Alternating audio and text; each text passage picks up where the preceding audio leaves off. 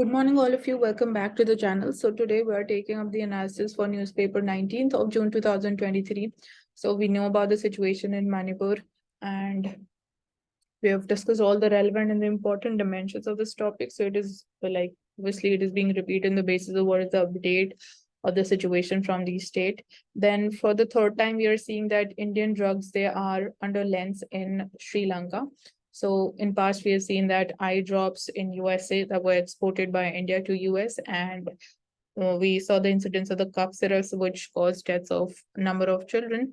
So now we are seeing that again in Sri Lanka, the Indian drugs, they come under the lens. So here, what is important is the quality of drugs that we are exporting. Firstly, that we are manufacturing and then exporting. So you need to know about what standards are we actually following, which are the body like CDSU and the body for pricing of the drugs. So that is the basic details about it. Moving forward, so here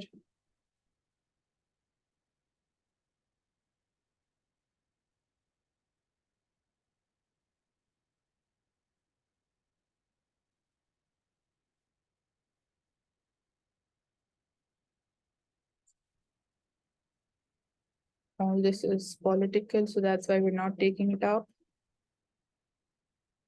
So experts, they warn of a severe dengue outbreak in Kerala and call for improved clinical surveillance.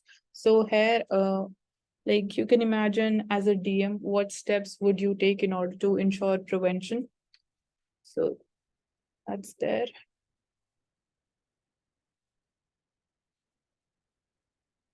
Coming to the editorial page. So what Indians should be saying to the US on 21st of June, that is celebrated as the International Yoga Day.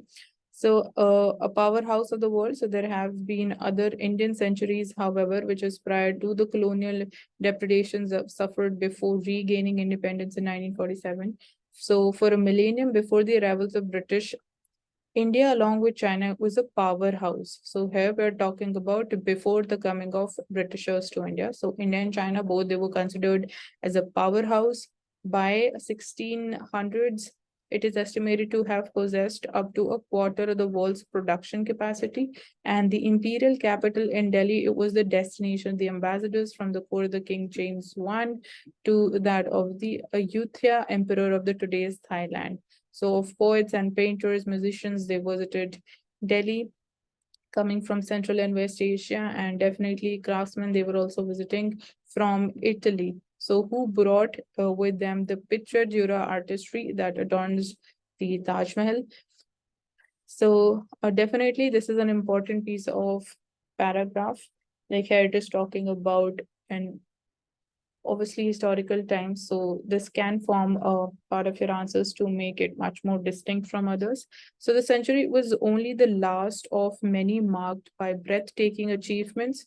So the invention of zero or making possible algebra and calculus and eventually the computer. Then we talk about the perfection of linguistics matched by the West only in the 20th century, a language landscape vastly unlike the Rome's and China's, which saw writers in dozens of languages producing works of transcendent beauty. So a lot of things have been mentioned in the form of examples. So when we talk about the farmers' agricultural sector who sent new cereals and cumin and cardamom and other cultivars into the world, so who also demonstrated how to live in harmony with the animals hunted to extinction everywhere else. Then came the period of colonialism, which eroded most of the traditions that made India great. But after 4 decades of the most creative mobilization for freedom in history, the country began in 1947 to reclaim its patrimony. So, although the democratic constitution of the independent India, it may have been written by an Indian who had studied at Columbia University. I was talking about B.R. Ambedkar. So, the Republican practices and when we talk about federalism, which is inherent in it, have much deeper roots in the country. Then remarkable achievements of India's distant and more recent past, above all, it's like singular achievement of learning to live with the religious and the cultural differences. They are now at risk under the government of Modi. So that's like kind of a political in nature. So from the moment he became the prime minister, okay, we'll not go deep into this thing. Then talking about a systematic campaign. So last year, watchdog groups like The Genocide Watch, echoed by a Georgetown University study, issued warnings about the organized operation of India's Muslims. So that is one of the concerns, but again, it is like a body which is outside India. So that's why we do not trust much on such types of data. But yes, we can just have a look what do they have to say, because obviously then they're carrying out surveys and the conclusions they are based on data. So in particular, in the year 2019, we saw that the revocation of the special autonomous status of Kashmir, ending 7 decades of protection, the Citizenship Amendment Act, or when we talk about the National Register of Citizens, together they aimed at expelling the Muslim refugees from Bangladesh, but they also reducing to the second-class citizenship millions of Indian Muslims who lack documents that many Indians lack, and anti-conversion laws which the United States Commission on the International Religious Freedom has found to be inconsistent with the human rights. So this can be one of the concerns. And apart from that,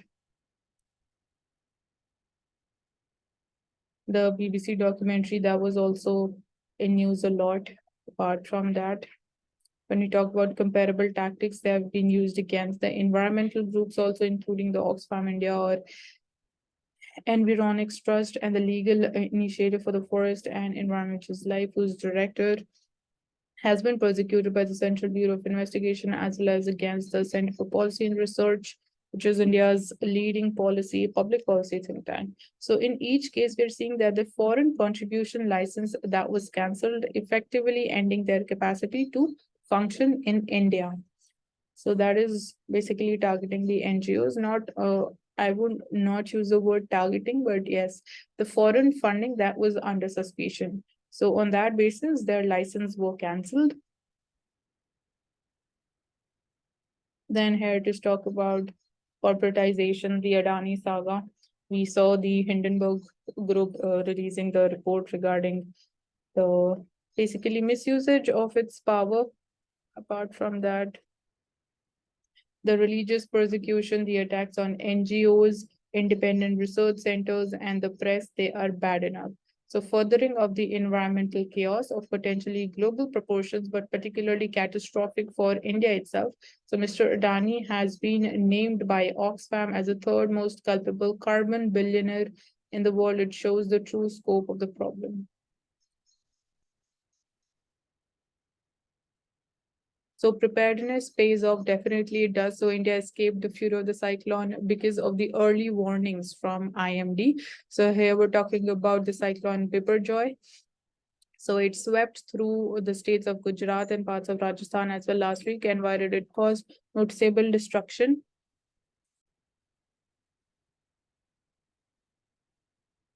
so we were like basically able to handle the situation very nicely because of definitely the early warnings issued by IMD.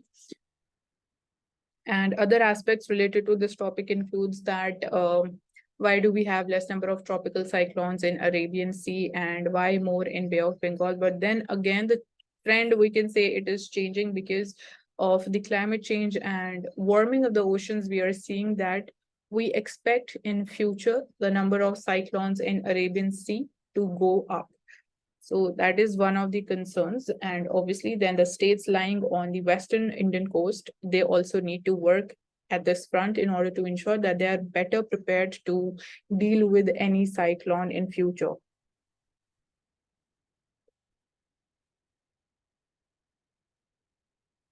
Then again, talking about the responsibility and the complexities of climate leadership, definitely one of the issues when we talk about the climate change and dealing with it is the climate finance. Who is going to actually take the responsibility when we talk about the advanced countries, the Western world?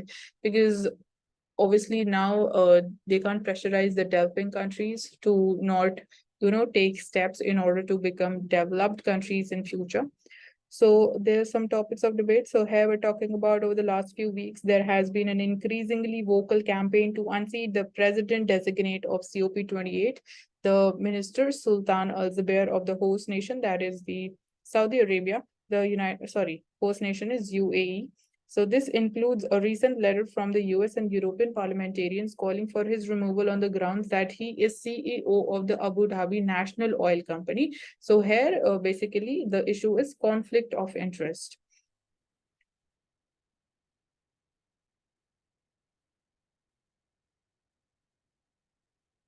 So debt is a barrier. So many of the nations basically are talking the context of developing countries. They are crippled by unsustainable debts, including the debts which are becoming unpayable due to climate changes and damages largely which are caused by the emissions elsewhere.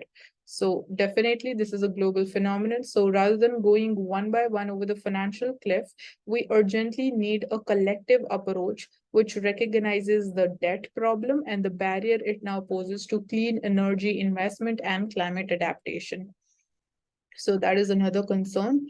So finance continues to be central to the COP outcome, and the loss and damage fund that was secured last year in the Sharm el Sheikh, which was there in Egypt, must not be another empty account, and fossil fuels dependent economies, they can demonstrate their commitment to a shared future by making subscriptions to support the funding for climate damages in the most vulnerable countries.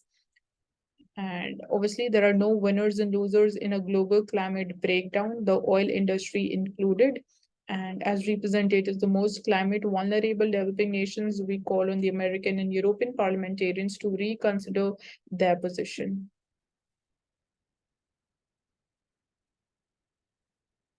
Going further, so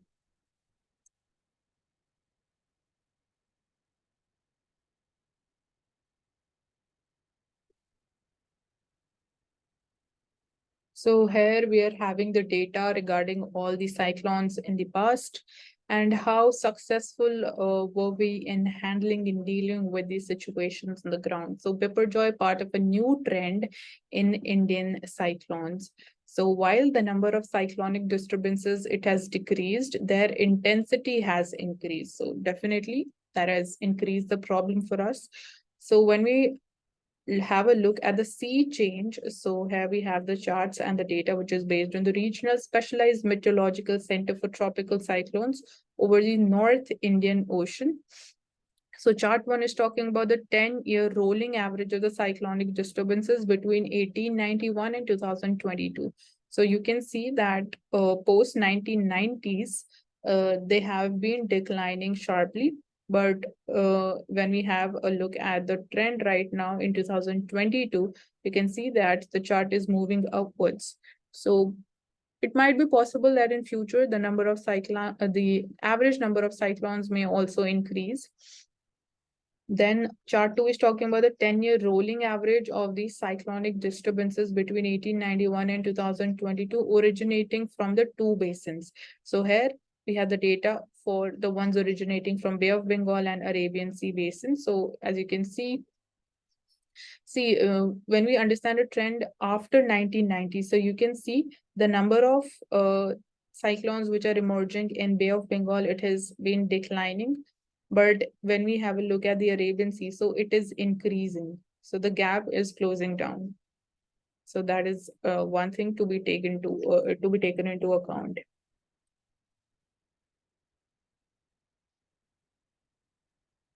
So we are exporting wheats to the countries who are facing the food shortage.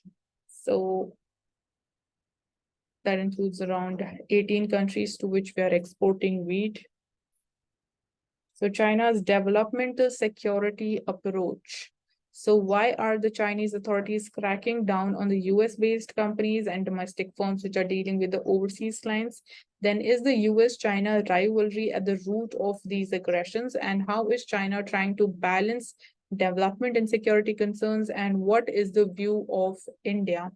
What is the view from India regarding all these changes? So we see that in May this year, the Cyberspace Administration of China, it announced that US chip giant Micron, which had been under investigation by the Cybersecurity Review Office, it failed to obtain a security clearance, and that its products they posed a threat to the national security. So consequently, business operators they tied to critical information infrastructure were advised not to produce Micron products. So this is the latest incident in series of crackdowns by the Chinese government against the American consultancies and the domestic firms who are dealing with the overseas clients on the basis of the security concerns which China has. So what are the other instances? So 2 weeks before the Micron announcement, the Chinese authorities, they have raided the offices of CapVision, which is again a Shanghai-based consultancy firm that connects lakhs of China-based experts with backgrounds in defense, military, finance, high-tech trade, energy, and medicine, among others. So these can be included in the answers in the form of different areas from the perspective of the concerns related to security. So it is not just only defense or data, it is like high technology, finance, trade, energy, medicine, even they are important areas from the perspective of national security. So we know that why the Chinese government are cracking down on such firms. Apart from that, why has the security come to the forefront in Chinese politics? So Beijing has justified each of the above discussed actions using the national security concerns. So in, like you can say in every explanation, it is just bringing in the national security concerns behind the basically the actions that China is taking against the consultancy firms of US. So, however, the rhetorical as it may sound, the reality is that threat to security it has become a ubiquitous concern in all aspects of governance in China. So what next? So here China now it finds itself in an odd spot where development and security they are applying diametrically opposing forces, thereby creating a regulatory dilemma. So while the development it requires reform and opening up and creating business-friendly environment, as the party says, the need to balance development with security. So this is an important point, balancing development with security that warrants enforcing restrictive measures which impinge upon the free economic activity.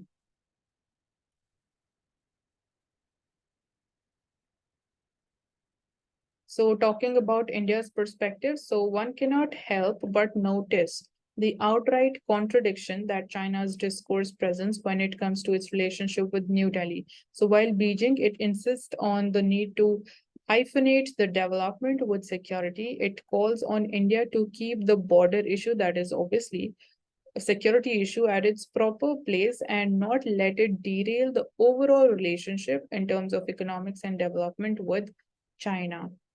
So basically, things are contradicting when we have a look at the actions or the steps that China is taking against US companies and then in the context of India.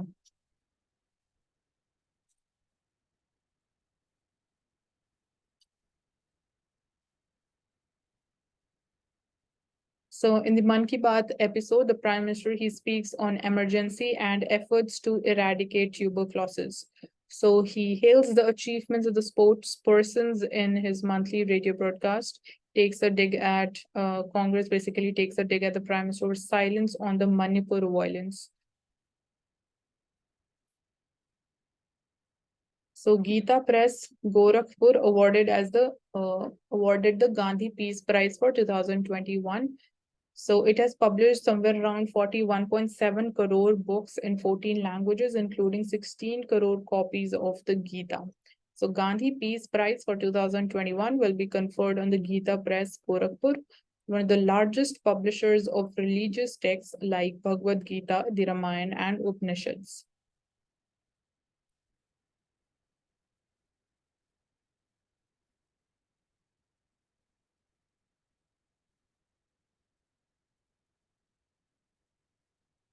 So net direct tax collections rises by 11.2%. This is in the first 2.5 months of this financial year. We are having the data, and this is with the advanced tax inflows for the first quarter of 2023-24 increasing 13.7%.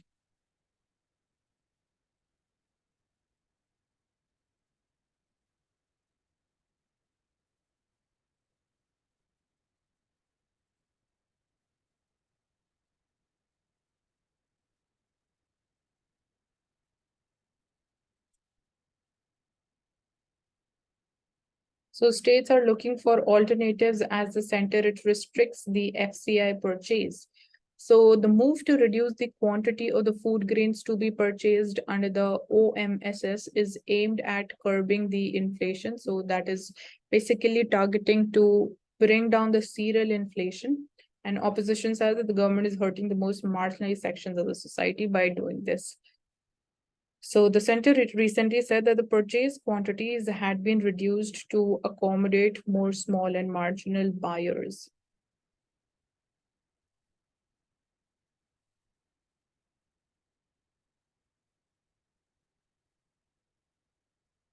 Coming to the world page, so here, let's see what the updates. So we are seeing floods and landslides in Nepal. So the fury of climate change nature. Then Mali junta's referendum on draft constitution hints at power change. So that's there. So Blinken arrives in Beijing as US and China they look to mend their fractured ties. So let's see what is going to be the outcome. That will be much more important for us. Israel's Netanyahu to move ahead with judicial reforms. So he said that he would pursue active steps on a contested judicial overhaul this week after what he described as months wasteful compromise talks with the political opposition.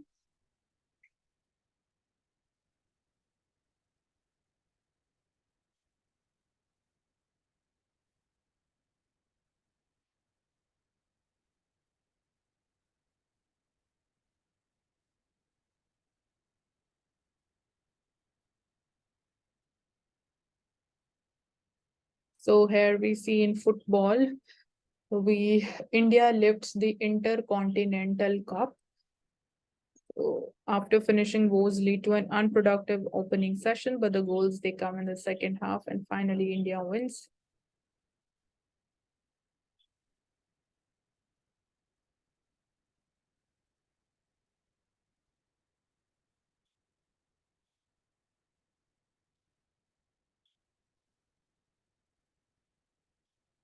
Taking up Financial Express. So here again, we have seen Micron, it flags the tax concerns in India. So here in the context of India, we were talking about this in the context of China, the actions that China is taking against it. So between China and US, so here the US chip maker seeks policy relook. So it says that regime is not aligned with the global practices. So the unease of doing business that is being faced by Micron, it has outlined a $2 billion investment plan to set up an OSAT unit with around 4 assembly lines. So India is moving forward in terms of cooperating on the semiconductor production.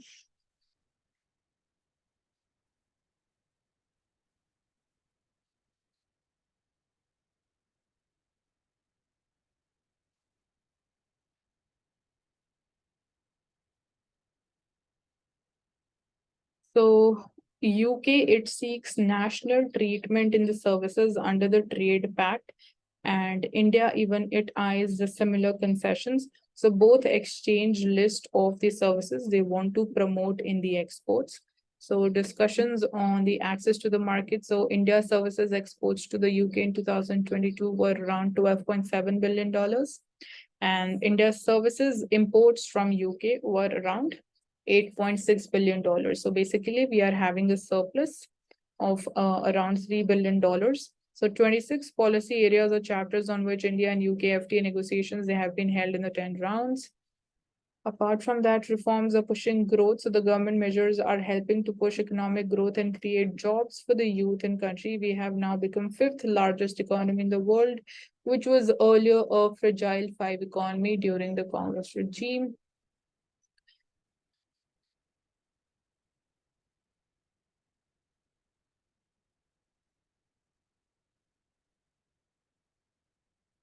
So curbing the white collar crimes, stiffer action against the digital frauds planned. So basically, this thing is under discussion. So tracking of the cyber crimes, the National Crime Records Bureau, it reported 300% increase in the cases registered of the financial cybercrime from 2017 to 2021. So merely in 4 years, you can see the number going up by 300%.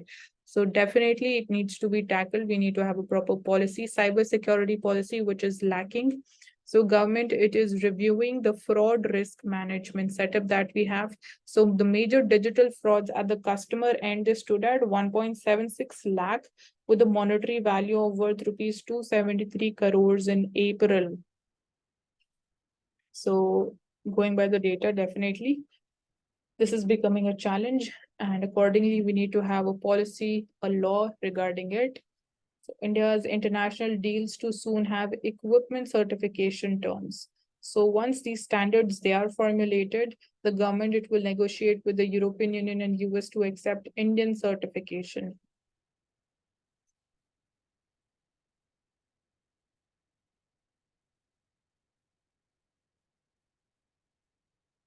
So here it is talking about the Institute of Chartered Accountants of India. So this is set up by an act of Parliament. So it is a statutory body. This is an important fact.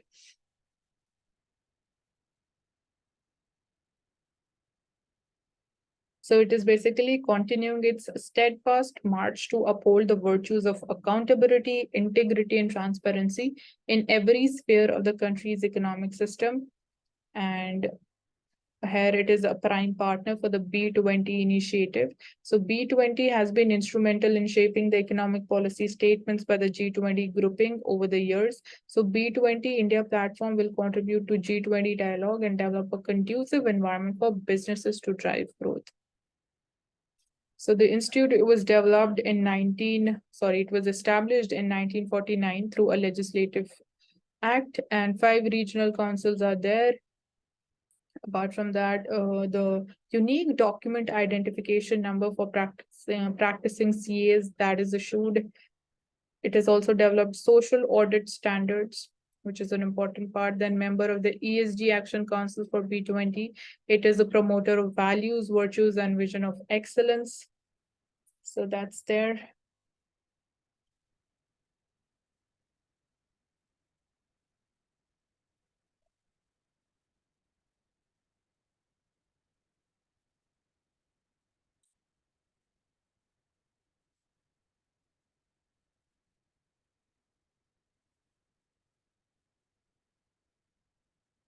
So talking about fiscal federalism again, so the center, it should not impose exacting financial proprietary standards on the states as there is no financial emergency. So a brewing fiscal tension between center and some state governments appears to be on the brink of escalation. So while it was already clear that the formation of the 16th Finance Commission by November, which is the latest one, it would set the stage for a long trial. The Supreme Court it may soon be urged to review the financial relationships between the center and states once again from the constitutional standpoint. So here you need to know about all the committees that have been constituted in the past in order to deal with the center-state relations and specifically the fiscal relations. We are having the FRBM Act also, the important provisions, even they became important, and there have been questions about this, and also regarding the committees over similar lines. Then many state governments, however, they believe that their share of the national fiscal resources may it have only reduced in the recent years. So the terms of reference of the Finance Commission, that becomes important. So to be sure, even the vertical share, that is the tax revenue which is appropriated by all the states combined, even that has shrunk, despite the sharp increase in the state's part in the divisible tax pool.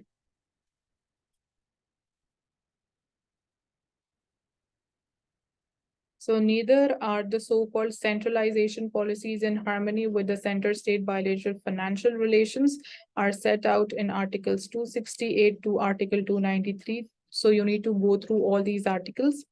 And in May 2022, the Supreme Court clarified that the GST Council's recommendations, they are not binding on Parliament and the state legislatures. So both of which they have simultaneous and equal power to make laws on GST. It's a very important statement.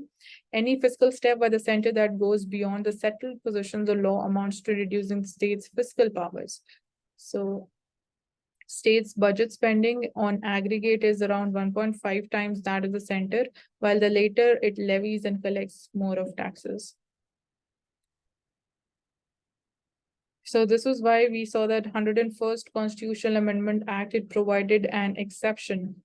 It provided an exemption by creating a unique provision for the GST. So center would do well to take note of the fact that except during a financial emergency, it can't impose exacting financial proprietary standards on the states. So India's green transition, definitely a very, very important topic. So increased generation from the renewables is not the only piece of the puzzle for achieving the rapid green development. So efficiency in energy distribution and use has to increase dramatically in order to ensure a just and fair energy transition. So rapid increase in generation from renewables, that definitely would be vital to the electrification of the transportation. So electric vehicles having adequate infrastructure even on highways, then replacing the fossil fuels in a sector that is key to the development in green energy transition.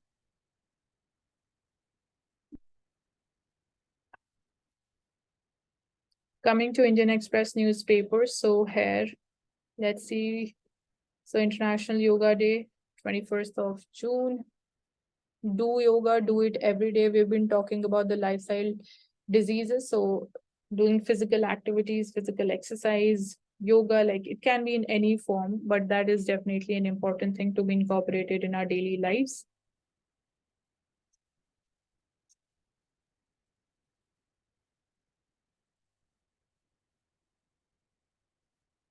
So cross postings in Army, Navy, and Indian Air Force. So senior officers, they're going to be posted across the services as part of the integration move.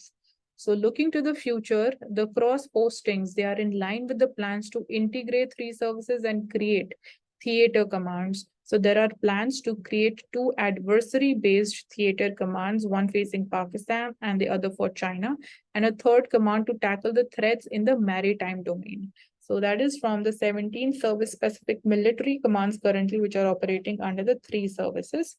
So brigadier, major general, and equivalent rank officers to get postings in the next few months.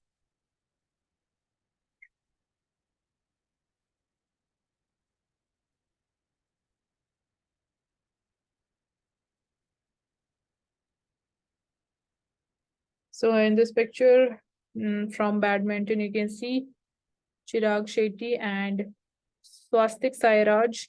They have defeated the Malaysia's two players in the doubles final at Indonesia Open. So they finally win it.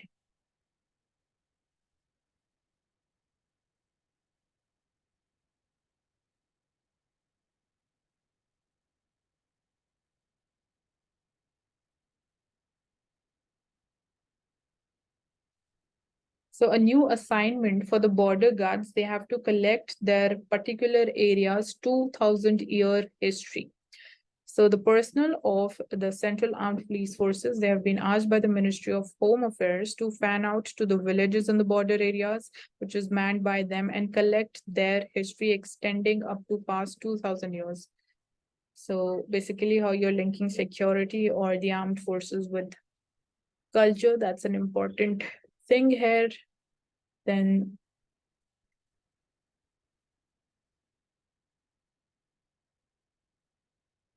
so all the seniors, they have been requested to send their frontier subordinates to find out the details. And after collecting the details, they all should send it to the training headquarters by June 23rd. And they should continue their procedure of knowing the history of the villages. So the Vibrant Villages program, even that is an important thing which aims at developing and creating employment opportunities in the border areas and obviously promoting tourism.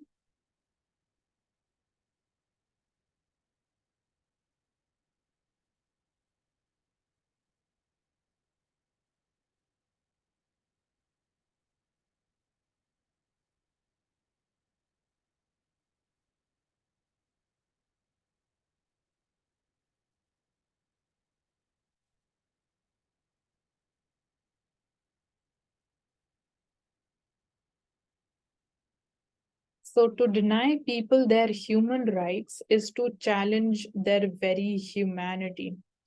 So how can you interpret it is like you need to even do this exercise as well, because it becomes an important part in essay writing, and you have such type of questions even in GS4 ethics. So this is an important quote from Nelson Mandela. So in this context, we are seeing how the human rights, they are being violated in the state of Manipur. So in Manipur, Biren Singh government has become part of the problem. So center needs to urgently do more and apply the healing touch. So what are the responsibilities and duties of the center whenever we are seeing any internal disturbance in any particular state? As per the constitution, that becomes an important topic for us to know more about it. Then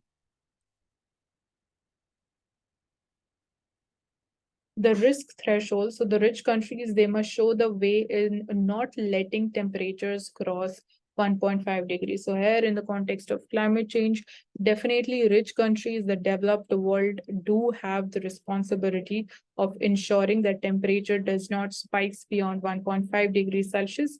So a mere 10% of the world's richest countries, they emit 50% of the greenhouse gases, while the poorest, they account for only 12% of the emissions.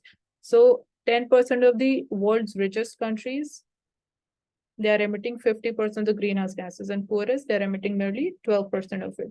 So delaying the climate action to even 2030 is likely to push the temperatures beyond 1.5 degrees Celsius. So the major economies of the world, they want to lead, they will have to do so by making a long-term commitment to reducing these emissions.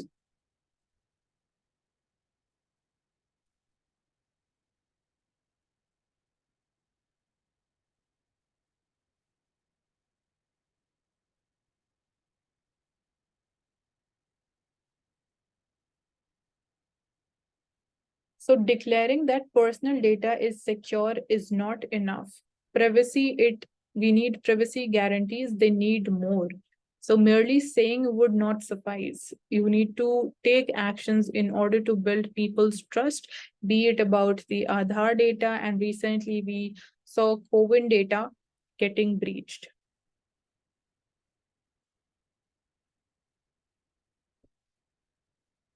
Then moving forward, coming to the explained page, so new flag where the most visible pride symbol was updated. So that is the new symbol. The new flag, which is called the intersex inclusive progress pride flag. So what is actually the pride flag? It is a flag essentially represents the pride associated with the LGBTQIA plus social movements. And for centuries, people belonging to the community, they have had to fight for their basic rights across the world. So this pride flag, it was used by the activists, by the members of the community and allies as a symbol of resistance and acceptance. So it was designed by renowned American artist and activist Gilbert Baker. So that is there. Then talking about the history of this flag, how did it come into practice? So what do these colors signify? So red is for life, orange is for healing, yellow is for new ideas, green is for prosperity, blue is for serenity, and violet is for spirit. So somewhere you can incorporate this in your answers as well. So talking about the chevron part, so here the black and the brown, it shows the people of color. White, blue, and pink, they're talking about the trans people. Here we're talking about these colors. And then yellow with purple circle with intersex people, this part. Moving forward, paddy and the price of the water. So direct seeding of rice instead of transplanting and flooding of the fields, it cuts down the massive water consumption of the paddy crop. So why is this direct seeding method still not very popular with the farmers is the thing that we need to talk about. So the southwest monsoon season, it has registered 37% deficient rain so far. So with the global weather, we are seeing that we're having El Nino this year. They're predicting for El Nino, which typically it suppresses rainfall in India. So that is going to fully set in by this month, and the outlook for the rest of the season, even that does not look great. So even in the times of deficient monsoon, how this direct seeding it can help the farmer. So direct seeding versus the plant transplanting. So that's where the direct seeding of the rice it comes in. So paddy here it is sown directly in the field without any nursery preparation, puddling or flooding. So in transplantation, we see that flooded fields they basically deny oxygen to the weed seeds in the soil, preventing their germination. So water, it thus acts as a natural herbicide. Whereas in direct seeding, so water is replaced with the chemical herbicide. So this is one important distinction between the two practices. Then apart from that, sowing was done by the direct seeding machine after 4 to 5 days when the field had sufficient workable soil moisture. So here you can see a field with directly seeded rice from Haryana's Jeend district. So why is this direct seeding technique much more better than transplantation? So it is effective against weeds and it saves water compared to transplanting. And the second irrigation is required only in 18 to 20 days after sowing. So after the second irrigation, you give water every week like a transplanted paddy. The water saving in the direct seeding, it comes from no puddling and flooding of the fields during the initial 2 to 3 weeks. So as we say that obviously rice and sugarcane, they are water intensive crops. So here basically we are trying to ensure water efficient cultivation practices when we're talking about the rice cultivation. Then it also leads to labor savings also because then you require less amount of labor in the fields. So even that saves the cost of cultivation. And now coming to the topic, why it hasn't picked up. So why it has not been adopted by the farmers. So the key reason is subsidized or even free electricity for the irrigation that is provided to the farmers. So that's why they're kind of not bothered so much about the technique that they are employing to cultivate rice. So that is one of the reasons. And the recommended spacing for the paddy is 20 centimeter row to row and 15 centimeter plant to plant, allowing for a plant population of 33 per square meter. So here the direct seeding seed drill machines, they mostly sow row to row and they don't get the plant to plant distance right.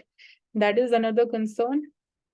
So in Haryana and Punjab, the governments, they are offering farmers around rupees 4,000 and rupees 1,500 per acre respectively to grow paddy using these direct seeding technique instead of transplanting. So the financial incentives, they are being provided by the government, but it is the price of the water and the labor and other soaps that is ultimately going to push the farmers to adopt the technology. So basically, we can work more upon awareness generation, showing them the actual practice, how they can go ahead with direct seeding can help us much more. Then Miyawaki forest, this is again an important topic and it gets repeated often. And this was already asked in the prelims exam. So Prime Minister, he spoke of the Miyawaki forest in the latest episode of the Man Ki Baat. So space-starved Mumbai has many such forests. So basically, it is a type of urban forestry technique. So it is named after the Japanese botanist Akira Miyawaki. This method involves planting 2 to 4 different types of indigenous trees within every square meter of the plot. So because of the plants, they are so close together, they shoot up quickly, competing for sunlight. Thus, they grow to their full length within 3 years only. So that's in very short time period when you talk about the time taken by the forest to grow. So here in this picture, you can see one of the Miyawaki gardens in Mumbai. So it uses the indigenous plants. So they are mostly self-sustaining and they do not require regular maintenance like manuring and watering. So this technique was developed in 1970s with the basic objective of densifying the green cover on a small parcel of land. So how is this method actually useful? So the dense green cover of the indigenous trees, it plays a key role in absorbing the dust particles. So a positive role in reducing air pollution. Then plants are also helping in regulating the surface temperature as well. So definitely dealing with the climate change. And some of the common indigenous plants that are used for these forests, it includes anjan, amla, bale, arjun, and gunj.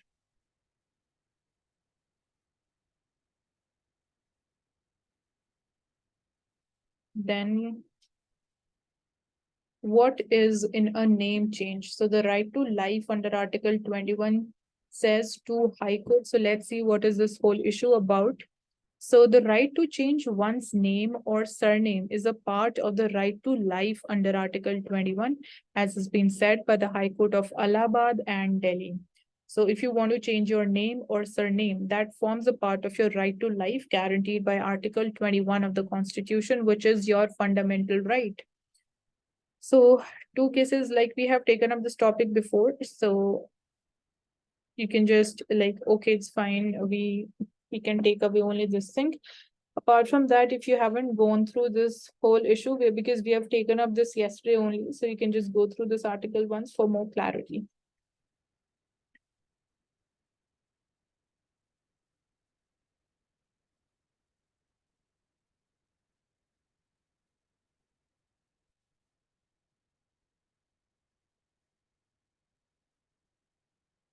So that's all today. Thank you so much for joining us in this analysis video, and do subscribe to the channel if you haven't, and also hit the like button for this video if you're following us every day.